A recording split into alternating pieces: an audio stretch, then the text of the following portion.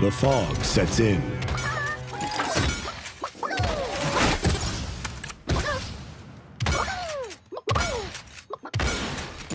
What's going on, fellas? My name is Quinn, and today I'm going to kick this one off with a brief backstory on my experience with the Battle Royale genre. My first foray was last summer, shortly after the release of PUBG. When that game came out, it was a mess. The netcode could barely keep up with the traffic as millions of players swarmed to the game, and this was on top of the fact that there were very many bugs.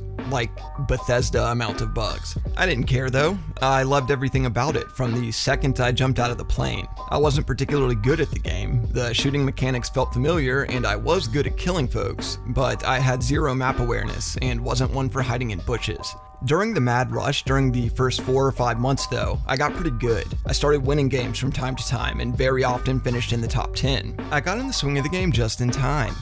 Just in time for fucking Fortnite to come out and take away all of my glory and most of the player base. I tried to follow the players and traded the plane for the battle bus, my frying pan for a pickaxe, and played a decent amount for a time. Although I know that many millions of people love Fortnite and it's a terrific game, it's just not for me. I particularly do not like the shooting mechanics and am admittedly quite terrible at the building aspect, something which is very necessary to master in order to compete. I soon after quit playing both games, and since then there have been so many clones of both and so many new Royale IPs that it's almost started to become a negative gaming trope. Indeed, many gamers now cringe at the thought of a Royale mode entering their favorite franchises. The fans of both Call of Duty and Battlefield have been in uproar since each has announced their take on the genre. Anyway, my entire motivation for giving you this anecdote is to convey the frame of mind I hold towards the Battle Royale genre. It is something I once enjoyed and found very unique, and that has now become synonymous with bland, derivative, and uninspired.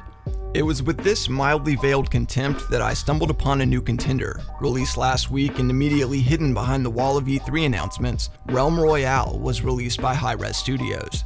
It's likely that you might have played a HiRez game before. They are the developers for the third-person MOBA Smite and the FPS Paladins. Their studio is actually right around the corner from me here in Atlanta, and I see a lot of their guys from time to time in the neighborhood. These are the reasons why I decided to try their new game, available for free download from Steam. The game is in alpha right now, but will run on even the most budget of PCs and has no significant bugs. Royale is right there in the title, so you can expect the most common traits of the genre to appear. 100-player fight to the death across a sizable island map, a periodically shrinking circle constantly forcing players closer together, and jumping out of an aircraft to pick your starting location on the island. It's the game's differences from the norm though that really set it apart, and I was caught by surprise with exactly how much more fun this made the game for me.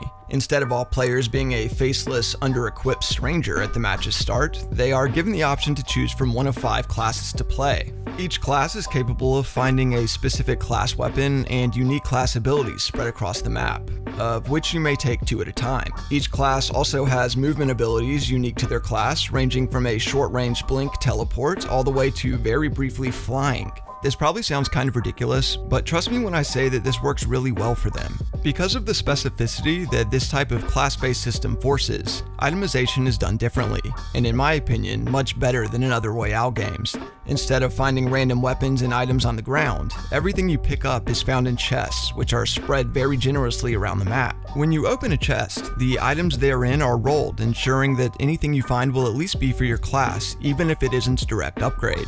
Everyone is also able to find and equip armor for 4 slots: helm, chest, boots, and gloves that will provide extra armor on top of your health bar. Like in other games, there are 4 rarities for every single item in the game, and it progresses from common white items to green to purple, and finally to orange legendary items that may add unique perks on top of their damage or armor properties, such as 10% movement speed or plus 30% reload speed. Class abilities are subject to the same upgrade path. For example, the Legendary Engineer turret will do far more damage and have a lower cooldown than its white or green variants. Or maybe the Assassin's Blink ability can be used every 4 seconds instead of every 25. The end result here is that you become progressively stronger with each victory or each successful explorative excursion. And by the end of the game, players are all using wildly different builds and playstyles, while somehow still remaining balanced, fair, and fun. The fact that they've got any sort of balanced gameplay here at all is pretty impressive. One of the real innovative designs design decisions the devs have made is the process of disassembling gear that you don't want to use. Each time you do this, you will gain a currency called shards, and you can spend these shards at special locations across the island called forges to craft yourself legendary gear and abilities. It isn't as straightforward as it may appear, however, because it takes a full minute to craft anything, and while the item is being made, everyone in the nearby area will know that you were there and what you were doing. If they kill you, or can force you away, they can take your legendary item for themselves. This forces some pretty outstanding gameplay and decision making, separating the game even further from genre norms. If any of you have spent any time playing Tom Clancy's The Division, this may sound vaguely like a Dark Zone extraction, which is a great thing because extractions have always been frenetic, high tension, high reward sequences. Between the forges, the shrinking fog circle, and the standard airdrop crates, players will constantly be placed in situations where they can take risks for big rewards. Another truly entertaining addition is the death mechanic. In most Royale games, if you're killed, you just go into a down state until a teammate can revive you, or if you're playing alone, you just bleed out. HiRez put a clever twist on the process. When you die in Realm Royale, you are transformed into a chicken, unable to use your abilities or your weapons. You have to do everything in your power to survive for 30 seconds, after which you will be transformed back into a human with some health and all of your gear intact. Okay, so I know I probably just lost some of you on that one, but again, trust me when I say that this is awesome. Not only does this give you a chance to rely on your teammates to protect you in squad play, but it also gives you a second chance if you're one-shot by an assassin sniper rifle from great distance, allowing you a fighting chance to try and get away to safety.